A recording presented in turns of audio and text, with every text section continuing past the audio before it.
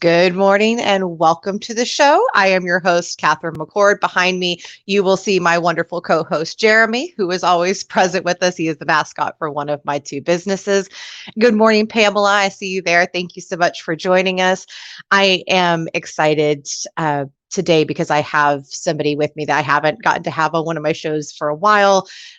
Fantastic human, does a lot of great work in the diversity space and knows a lot about mental health and neurodiversity as it pertains to the workplace.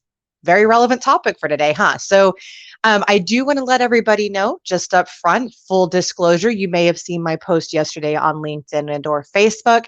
I am having some very fun seizure activity as a result of some of my fun neurodiversity. And so if you see any face ticks, things like that, don't worry. I am perfectly okay. You might just notice a little bit of different activity, but I am perfectly healthy. So, as healthy as I ever get. And you have the body of an 80-year-old, but but anyway, I am very happy about today's episode, and a few things I want to kind of touch on before I bring the wonderful Christopher Lin on with me. Is we talk a lot about neurodiversity, but a lot of people don't know where that term came from or what it means. So the term neurodiversity was first coined by a sociologist in Australia, Judy, oh gosh, I think it's like Singer. Yeah, Judy Singer. Judy Singer in Australia back in the 90s. And she herself was neurodiverse and wanted to use the term to put a more positive spin in terms of like, oh, you're unhealthy and oh, you're so limited. It was her way to try to generate a more positive and more normal association. So she wanted it to be seen as no different than race or anything else, just something different about you, not something bad. So that's where the term came from. And what it refers to is any different way of processing information. So if your brain processes information in any kind of different way, this can be through Tourette's, dysphaxia, I hope I said that right, ADHD, autism, bipolar disorder. There's all kinds of different neurodiversities out there, and we make up over 29% of the population when you add it all together. So that's a little bit about neurodiversity, and today we're going to be discussing neurodiversity as it pertains and mental health and how they're linked and how that all affects us in the workplace and in life. So without further ado, I'm going to go ahead and bring in Christopher Lin. There he is. Hello. Good morning. How are you? I'm doing great. I'm doing good. Yeah. And you're in Austin today. Yeah, Austin, Texas. I'm just happy I'm not here with what happened last week with the freezing cold and yeah. So I'm just happy that I don't do cold, so I'm right there with you. Like I'm just diabolically opposed to it. I don't mind the cold too much. It's just a matter of when it comes to freezing rain and things like that and ice. Right. Yeah, better to stay away. Absolutely. No, same. Yeah, I just don't do it. So I want to ask you, first of all, so you heard kind of the intro. So first tell us a little bit about you and what you do. Yeah, so again, my name is Chris Lin. I, by trade, am in the learning and development, talent development space. Also very much focused on the employee experience and everything that leads up to it. I have a podcast called the Leading People First podcast, where we talk to leaders around the world that really prioritize leadership and this idea of people over profits before and all of the effects it has on the employee experience. And I was really, I'm really honored to be able to talk about neurodiversity with you because it's something that is very often overlooked in the workspace. It's true. It really is. And in general, I think it's a type of diversity that a lot of people just are not familiar with and they're uncomfortable with. And I do, by the way, just so that I can say, so this is my mug for the day. And I'm going to do a plug for one of my friends. So this is the the wisdom you didn't ask for and now can't live without mug. And that is a tribute. It was a wonderful gift from Alan Ibbotson, who is a friend and a wonderful host as well. And if you need wisdom that you didn't ask for and now cannot live without, I highly recommend checking out his show. That was a random plug. You're welcome, Alan. Awesome. So I just feel like the need to explain it because it was so sweet. He actually mailed me this. It was very thoughtful. So tell me, I mean, you work in the education space. I my career path is in HR and recruiting and all that kind of fun jazz. And we met because of your show, your podcast, and talking about diversity and all of that kind of stuff. So we've just kind of, always kind of been linked in that way. But from an educational standpoint, looking at neurodiversity and mental health in the workplace, what are you seeing right now in terms of trends, in terms of, what are people finding to be important? Are people paying any attention? Is this being considered? What are you seeing? Yeah, from my standpoint, I'm seeing neurodiversity becoming more and more of a topic, which is fantastic. Because again, it's really about education. Growing up myself, right, we had a lot of derogatory terms, used for mental health, and so and there was I think a huge lack of understanding of what it actually was, right? And a lot of these things are born out of ignorance, and an unwillingness to learn and get to know people. So the good news is that workplaces are starting to talk more about neurodiversity. Is it being talked about as much as we would like? Absolutely not. I think that there are a lot of other factors currently in our society that are driving other conversations around diversity, which is totally okay. Our brains only have a limited amount of bandwidth that it can take. And it would be great if we can tackle all of them all at once. Unfortunately, I just think that neurodiversity, as even though it is on the rise, it's still put in the backseat a little bit. And so that's just what I'm seeing. But it is being talked more and more about. And again, I think it's something that we just need to get more education out there for. Exactly. I completely agree. And to education, that's kind of your whole whole thing.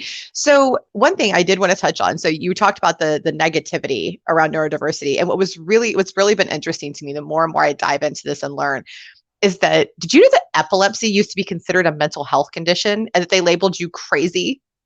Like, yeah, it's insane. Right? I mean, you look at a lot of our famous writers and artists from centuries ago, and particularly women, right? And you have these great works of art, poetry, literature, paintings, things like that, and they were labeled as crazy. And it was because, as we learn more about them, it was most likely because they had because they were neurodiverse and they were not accepted. But just look at the amazing stuff that's come out of it. Exactly. And that's what a lot of people miss, right? And I've talked about this on the show before, but I want to kind of elaborate. So I always talk about the superpowers behind the neurodiverse. And by the way, guys, this is not just my crazy theory here. Okay. So there have actually been studies about this. Psychology Today has done work on this, Harvard Business Review, other great, and actually Australia is really ahead of the curve in neurodiversity, man. They are diving into this intensely, and I love it.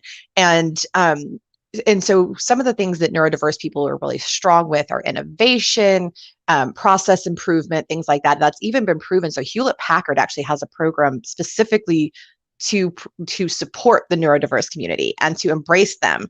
And what they've seen is that of the people that they place with neurodiversity in their programs, they tend to be 30% more productive than other workers. And that in general, productivity increases, innovation increases, and that there's just a lot more, what's the word I'm looking for? See, seizure brain. This happens to me. But anyway, there's a lot of the stats go up. And so, actually the relationship with the team tends to increase, because then different things are happening, people are happier, and there's just a lot more creativity kind of flowing. So it's a really interesting trend. So that the neurodiverse community, all that means is that your brain processes information differently, right? So that's ADHD people who are terrifically creative and fantastic human beings, and can go 90 to nothing, in ways that other people cannot. People in the autism spectrum tend to be great at analysis and IT type work, and also research, things like that. And I don't want to limit them. They could do all kinds of other things too. This is just some kind of general superpowers. So there really is a lot of strength in this community. But the other side of that, kind of the crazy topic, is the link to mental health, which is also it can be a neurodiversity in and of itself, right? Like anxiety disorders, bipolar, things like that. But there is a strong tie to the mental health aspect, right? And part of that is, you can have dopamine transfer disorders associated with people with ADHD and similar type conditions. A lot of it's the anxiety of having to pretend to be normal and try to fit in when you shouldn't have to do that. So you work in education, and think about like an organization bringing somebody in and training them. What would you see as being productive versus creating a mental health condition in a person by stressing them out and forcing them to not be themselves? Yeah, well, first and foremost, I mean, you have to create an environment that allows for individuals to feel free and open and safe to share what they need, right? Mm-hmm. So if you have a psychologically safe workspace, that's going to be first and foremost the foundation to allow people to come out and say, hey, I have, I'm neurodiverse in this way. I could use some extra support or additional support in these areas, or FYI, right? I may take a bit longer on these types of tasks, or, whatever it may be, whatever the individual needs. But again, from a leading people first perspective, it's about what can I do to create the environment that's best for that employee, right? Right. And now I want to stop you real quick, because one thing I hear a lot as the pushback on that is, well, if I take all my time for this person, then that's not fair to everybody else, and that's not my job, blah, blah, blah, blah. What would you say to that? I would say, well, you should be doing that for every single person anyway, right? Like you should be doing that for we have this idea that managers are supposed to manage the people's work, but really what you're doing is you're leading them, you're leading the people, right? It's all about the people. From my perspective, is it's all about the people that you're leading and that you're taking care of. And so when I say taking care of, again, it's what are the needs of those individuals, and what can I do to get them, create an environment that is the best for them, for their growth and their work. And so, we'll get pushback from individuals saying, exactly that. And it's like, oh, I have to cater to this person. It's like, well, actually, your job as a leader is to cater to all the people, all of the people that you lead, because they are the ones that are going to get the work done. So what can you do to create the best environment for each of them? It's not just one person. Yeah, and it's not a power trip, folks. It's a support role. You are support. When you're management, you're support. Yeah. And so don't get it, this is a shift that I want us to see, or I want to see in society, is management is not the title, right? It's not about the title. You really need to go into it for the people. You have to have a love for people. Right. Absolutely. And I hear a lot of people to feel afraid of the mental health conversation. And a lot of people feel like it's a minority of people out there that have mental health concerns or issues. It's 50%, give or take 1 or 2% somewhere in there, but it's approximately, so in a recent study that Harvard Business Review did, 50% of working professionals said that they had left a position due to mental health problems, and that they had not felt properly supported. So think about that. So and this is one thing I try to explain to clients and to business professionals all the time. Frankly, your own personal opinion doesn't matter. I would love for everyone to just get things, but they don't. The market, i.e. the employees and candidates out there, are telling you mental health matters, mental health support matters, mental health awareness matters. And so if 50% of your people care about this, to the point that they're willing to leave. And by the way, almost 90, just shy of 90% have said that they actively care about mental health support. And that's across all age levels, all different types of professions. But when 50% are willing to leave you because you're not doing it, you better get off your hiney. Yeah. I mean, something. it's a really, really big number, right? And so we're seeing this literally. We're in the era of, as we're saying, the great resignation, right? And it's really a correction, right? It's a market correction.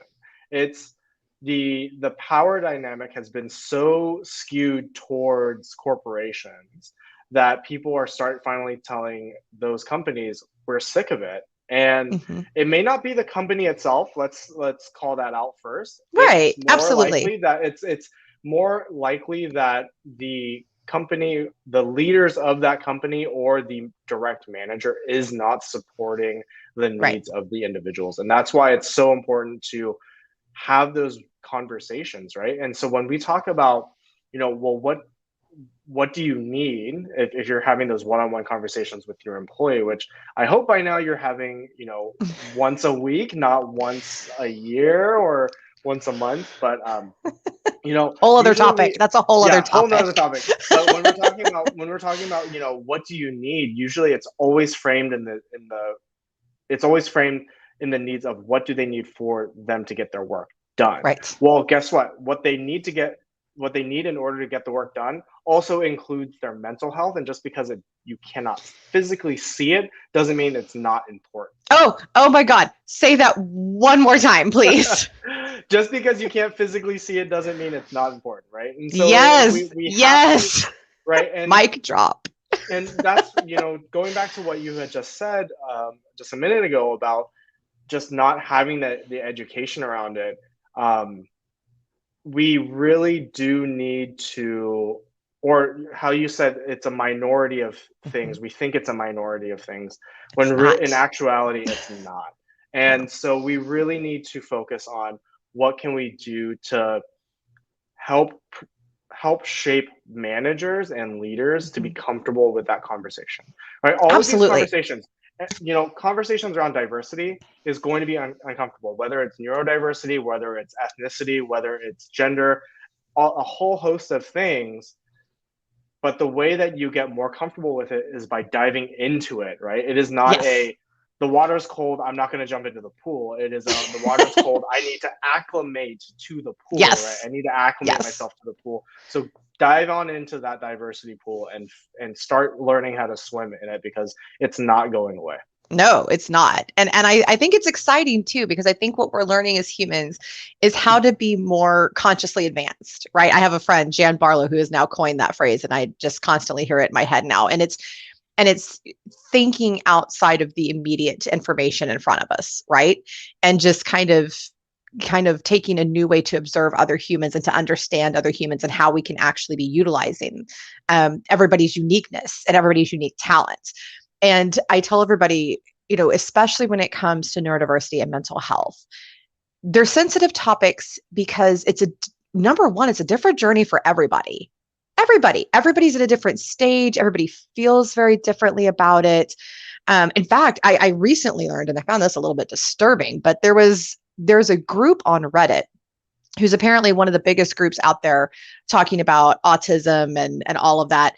And they refuse to allow anyone to celebrate their neurodiversity. If you talk about it as anything other than a handicap in their group, you're not welcome. And that's highly disturbing to me, because Lord knows what they're spreading out to these other people. But that also tells me that that's just where they are in their journey, that they're at a place where they're angry about their diagnosis. And that's okay. And we're going to have a whole episode on diagnosis next week. But it can be frustrating. Like yesterday, I did a whole post. My brain just decided to completely malfunction yesterday. And I was twitching all day. I look like a Parkinson's patient. And I'm not poking fun. I'm just trying to give a visual image of what I was going through. And there's actually a video of it on LinkedIn. And I was shaking and my brain wasn't working right. And it was frustrating because it was slow and it was very irritating. I like to go 90 to nothing. I like my manic phases of my bipolar disorder. Love it to death. I want to go 90 to nothing. And it was slowing me down, and I was very irritated and frustrated. But then there's the upside, right? And so I've learned to balance that, but everybody is at a different place. Everybody has different needs. Even people with the same disorders have vastly different needs just based off of their own experience. So I like what you were saying about the managers taking the time to talk to each person on a regular basis and have those touch points, because I think that is so important to understand each, and not just for this, but just what's going on in their lives. And just to, not that you need to be overly personal, but you need to know what you need to do to support the person while they're going through whatever is going on, you know? Yeah. So, you know, we have this old antiquated idea, and I'm not, and I'll say I went through it myself, right? Is like, you know, what happens at home, you leave it at Mm-hmm. the door, Mm-hmm. right? I've And you been come there. into I know what work, you mean. right? Right? Like Yeah. you know, I had that idea growing up, right? And it took a while for me to get over that, but um, look at it from a business perspective. Let's put this into business terms, right? There you go. As you are looking at a business issue or you know, a problem or something that you're just trying to solve, right? And what would you only take the information at face value, what you can physically see? Mm. No, right? You would not. So Right. apply, you know, so what would you do? You would go out and try and figure as much information as you can to make the best informed decision to move forward with. It's the same thing with your employees and your people. What you see at face value is not what you're going to get. There are a whole host of other factors, right? Right. Personal life, you know, their relationship status, their social lives that they're bringing into work. You just don't physically see it, right? Right. And so you need to do a little bit of poking. And yes, there are going to be those employees who absolutely still hold that mantra of like, nope, like work is work. I'm not going to share, and that's okay, right? You're just going to have to take that information and deal with it, right? Do what you've got as a manager, but it's your role again as a people manager to look at that individual and say, what are all of the things that are going on in this person's life that may contribute or affect their work output and their Right. outcomes. And so it's your role to say, to almost act as a coach and see, you know, okay, maybe this person's having a really difficult time in their personal life, which means they may not be able to get, I won't get the best work out of them at work. What can I do to shift that work around or give them a little bit of Right. space, right? And Can I again, shift yeah, priorities, it's things to like that? tie it Yeah. into the professional. And we're not, I want to be real clear. Nobody here is saying that you're responsible for everybody's mental health or their personal well-being. Nobody's saying that. Okay. That is way too much to put on a manager. But what we're saying is tie it into your business and how you need to allocate work, how you need to work with that person. Maybe they need different hours for a while. Maybe they need to be able to, you know, take a break in the middle of the day to go pick up kids, whatever it is that they need to do, work remotely. Which please start offering that option anyway. Side note. But It's a bit, um, if they haven't done it yet, they're late. oh Really, God, I know, two I years know, they're late. way behind. But the other thing too that I want to stress here is nobody. I'm going to put this very generally because this is true. Nobody is entitled to anyone else's trauma or situation. So nobody owes you details about why they're having something going on. The details. I just saw a post on LinkedIn by a woman who is just returning to work after the stillbirth of her child. And her post was about don't ask. Don't don't come in here and do it. Leave me alone. And I think it's very important to remember that sometimes you need to take your own discomfort, whether it's about a mental health issue, whether it's about a neurodiversity, whether it's about a trauma that somebody's experienced, which is probably causing them some mental health issues. You're not entitled to that. And you need to take your own discomfort away because you're going to make things worse for them. I've had people say and do the weirdest things with me over the years. Just, I mean, really bizarre things that you're like, why would you say that? Why would you ask that? Just go away. I've had the people that won't stop checking on me. I've had the people that want to know every detail about my medical diagnoses. And I know that people are just trying to be thoughtful and kind. And I appreciate that, but it actually does not help. And it can actually create some unconscious biases that this person is less than, this person can't handle things. And that's not for you to decide. So gather the information, listen. And for me, and I would love your approach on this, Chris, I go having learned better. I faux pod this early in my career. I'm going to clarify that. So I learned this from experience. I go into those situations and I say, hey, I've noticed some changes or I've noticed some differences. What can I do to support you? And is there anything that I need to be aware of?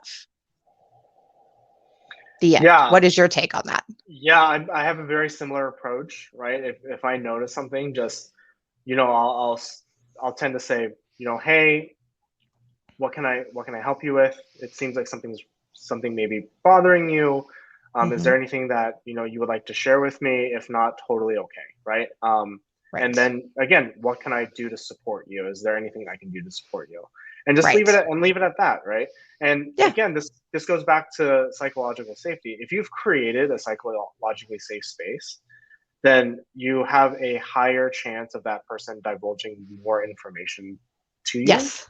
And so that's why it's so important that Ramza just said is having these one-on-one conversations is so critical because you're Mm-hmm. building that trust.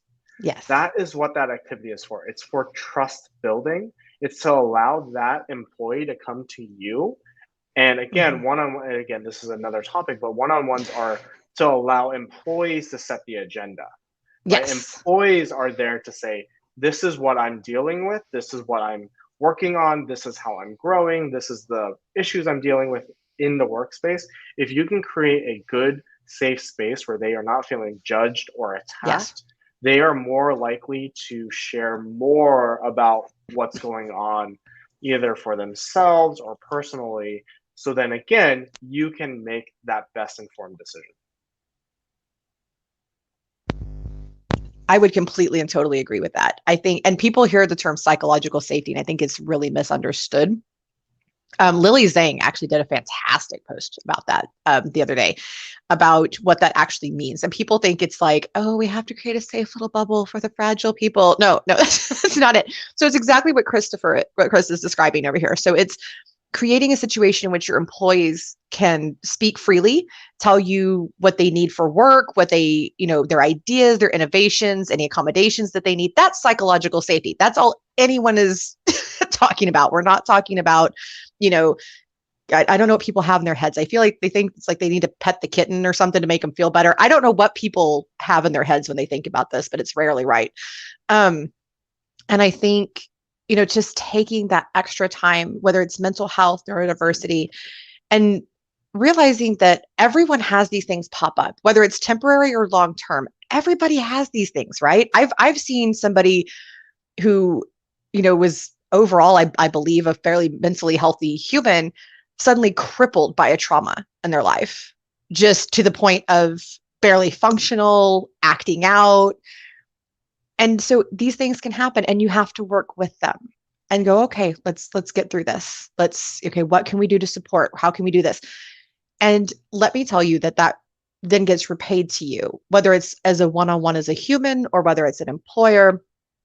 People appreciate that. And I want to stress again, I loved when you said, just because you can't see it doesn't mean it's not real. I cannot tell you, I literally can't even start to count in my life the number of times I've been told, you don't look sick. You don't look like anything's wrong with you. And that's even my actual physical issues. Mm-hmm. That's not even counting mental health stuff, neurodiversity, all of that. First of all, never say that to someone, please. I'm just going to throw that on out there. Nobody ever say that to anybody. That's a gross thing to say. Yeah. But just because you can't see it doesn't mean it's not there. And maybe the person's tired of masking it and doesn't want to anymore and just wants to go, hey, this is what I have going on. Let's just deal with it as it is and just keep Well, rolling. well, we have this very toxic behavior in our society. I can't speak for any other country, But here in the United States, where this toxicity of hiding emotion, right? And I think it's led to a toxicity of hiding anything, right? Yeah. We've masked everything. Anything Hmm. that we perceive may be anything that we think may be perceived negatively, Hmm. we tend to mask. And right now, what you're seeing in our society is, I think the reason a lot of people are uncomfortable with this is because more and more people, and it's a large wave, it's a pretty large wave of people are saying we're sick of it. We need Hmm. people, we need our community, we need our support group, we need our companies, we need our leaders, everyone to understand what we're going through. Right. And if you go from this mindset of hiding everything to all of a sudden you have a bunch of people saying this is how I'm unique, these are the Hmm. needs I have, this is what I need to be supported, it can feel overwhelming, and it can feel like it is, um, as some people will say about certain communities, like, oh, you're just doing it for like the fad or whatever, right? And it's Yeah. not, that's Yeah. not the case, right? And it's, I think people are just becoming more outspoken about it and they're more comfortable with it, and people are seeing the importance of, um, sharing that information as well. Yes. So just because you are seeing a lot of it come up doesn't discount it, right? It's No. similar to, the studies that we see in the medical profession. As you were sharing your experience about people saying, oh, well, like, you don't look sick. I mean, there's a lot of bias in our medical fields as well, where they don't believe women in general, and then people, women of color in particular, are not believed, and that's why they're out, especially women of color, their medical outcomes are, It's bad. it's really bad, Yeah, right? it's Like, horrible. That's a whole other topic that I'm gonna yeah. be addressing on another. Yeah. Yeah. No, that's a whole other Yeah. rabbit hole, but it's very true. Um, So again, you need to allow those individuals to be able to come forward, mhm. and you as a leader or as an individual need to not react negatively to that. You Yes. need to say, if you don't know how to react, the best thing you can do is just say, thank you so much for sharing. Is there anything I can do to support you? And Yes. leave it That is at, and leave exactly it a at great that. response. Yeah, Yep. just boop, there it is, just left on the table. That is up to them. They will tell you what they need. And I do want to throw out one final resource before we go is that so we're talking a lot about how everything should be and all that, but we all know that ideally it's not always that way. So one thing to know is that if you have a neurodiversity, if since we're specifically discussing that, that you are covered legally under the Equality Act of 2010. You can look it up so that employers cannot discriminate against you for your neurodiversity, whether that's, and it's a very broad term, by the way. So it's everything from like epilepsy, bipolar disorder, autism, ADHD, ADD, dyslexia. All of these things are covered under this. So if you have something going on with you and your employer is not honoring it, you do have recourses. There is something in place to help you. And if you ever want help with wording or how to reach out to somebody, please feel free to reach out to me directly. And if I don't know, I'll point you to the direction, but usually I'm pretty on top of how to deal with this kind of stuff. I've dealt with it for years. Any closing words for us, Chris? And please tell us how to find you. Yeah, absolutely. Well, from my standpoint, if you're on the learning end and you're just looking to learn more about neurodiversity, again, don't hesitate. Yes, it's uncomfortable. Embrace that uncomfortability and just dive on in. For those of you who are dealing with, some, individuals who may not be as accepting, know that there is a whole world and community of people that are there for you and that are willing to accept you for who you are. And it's okay with what you're dealing with. Whatever you're dealing with, it is what you're dealing with. It is Mhm. true. And there are people who are there who will love you for who you are and will accept you. It's You true. can, and you can find me on LinkedIn, Lead with Chris. Same thing on Instagram, Lead with Chris. And you can find the podcast Leading People First. It's a wonderful show. I highly recommend it. I was a great guest when I was on. I'm playing. Yes. Yeah. It's going to be my important. No, I'm playing. But no, it really is. It really is a fantastic show. Lots of great conversations and information. You can find me on LinkedIn. Always feel free to connect. I do provide neurodiversity education, especially as it pertains to talent acquisition and employee relations. So if anybody out there is interested, please reach out. Thank you, Pamela. You've been a wonderful participant today, as always. One of our guests is commenting. I want to thank everybody for showing, and thank you especially, Chris, for coming in and talking about mental health and neurodiversity. Really appreciate you. And with that, see everybody next week when we're going to be talking about diagnosis and getting very personal with Mark Rivera. See you later.